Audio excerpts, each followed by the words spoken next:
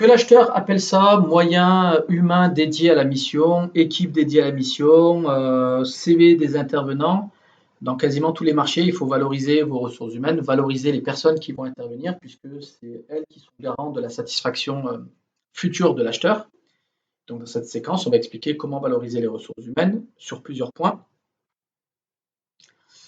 Déjà, en mettant en évidence l'organisation de votre entreprise, et expliquer que cette organisation, justement, euh, est claire, structurée, donc que chacun a bien des tâches à réaliser.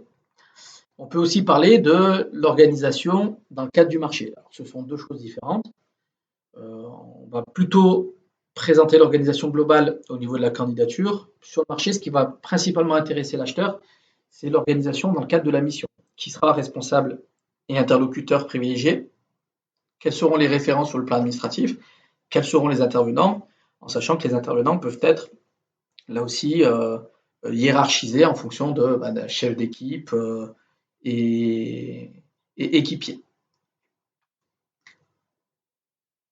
Donc, ce qui est important pour chacun des salariés, on vous demande des CV. Donc, si vous présentez le CV de chaque salarié, on va avoir des CV tout à fait différents et parfois difficiles à lire. Il faut mettre en évidence en fait les compétences de vos salariés. Et là aussi, parfois, on a des salariés qui sont très bons dans leur domaine, mais qui n'ont pas les qualifications, qui n'ont pas forcément beaucoup de choses à faire valoir.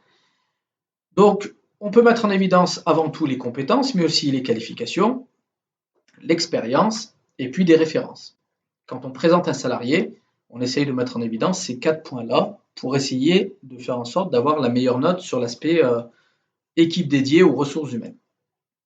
En plus de ça, il est parfois intéressant d'aller préciser le processus de recrutement. Voilà. Donc aujourd'hui, on vous présente une équipe qui sera amenée à intervenir dans le cadre de votre projet, mais si jamais on a besoin d'autres personnes, sachez qu'on a un process de recrutement qui est très sélectif, très exigeant.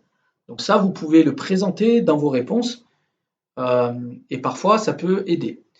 Pensez aussi qu'une fois que vous avez recruté les personnes, il faut les intégrer et que vous avez mis en place un processus d'intégration qui est là aussi très efficace. Que vos salariés, vous cherchez à les évaluer et à les motiver. Là aussi, c'est quand même garant de certaine satisfaction pour l'acheteur. Si vos salariés sont satisfaits, on va considérer qu'ils vont bien réaliser leur travail. Et dans le même ordre d'idée, pensez aussi à préciser que vous avez mis en place une vraie politique de formation pour permettre à vos salariés d'acquérir et de développer des compétences. Donc, autant parfois le seul CV peut suffire, autant à d'autres moments, il est intéressant d'aller détailler tous ces éléments-là pour obtenir le maximum de points. Donc voici 2 propositions de CV. Le premier, c'est plus un CV qui est adapté pour une personne qui serait responsable d'équipe. Vous voyez, on met en évidence l'expérience avec les chiffres clés de l'expérience, la formation, les compétences, donc là aussi adaptable en fonction des secteurs d'activité. Ici, on a mis en évidence les logiciels et les langues.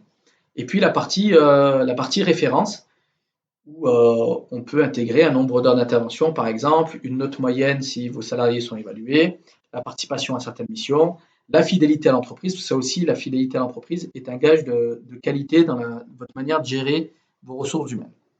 Donc ça, c'est un modèle de CV qu'on peut utiliser pour un responsable d'équipe ou pour un interlocuteur référent. On peut utiliser, si on doit présenter une équipe, ce modèle-là où on a à gauche l'organigramme où on met en évidence la position de la personne dans l'organigramme et de l'autre côté, une sorte de CV synthétisé où on va récupérer les informations les plus importantes, état civil, compétences, mission dans le cadre du marché, qualification, expérience et référence. Et donc là aussi, vous avez ces modèles à disposition sous la vidéo que vous allez pouvoir intégrer à votre bibliothèque de ressources et pouvoir les réutiliser plus tard dans le cadre de vos prochains mémoires techniques.